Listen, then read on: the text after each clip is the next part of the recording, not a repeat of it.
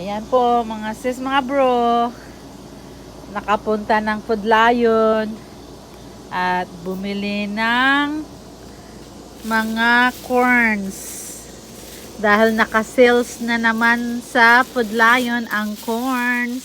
Alam nyo na, masarap yung corns natin. Ayan po.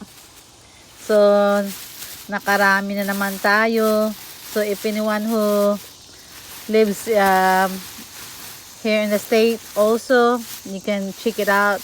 Maybe they have some sales, corn sales. I love corn, that's the reason why. So yan, pinagbibili na yung mga corn. So ayan po, and I hope you guys like the videos. And paki-comment, like, and share na rin po sa ating mga kabayan. And thank you for all your support and for watching my videos. Maraming salamat po sa inyong lahat. Nako, titiba-tiba na naman po tayo nito. Busog na naman po tayo nito. Ang sarap pa naman ng corns. The last time yung corns na binidyo ko, nilagyan ko pa ng ng music. Ayun, music kapra tuloy.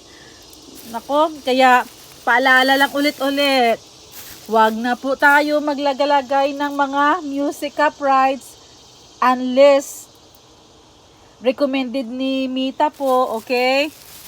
Ayan, para hindi po tayo ma-violation ulit parati sa music copyrights na yan. So, I hope na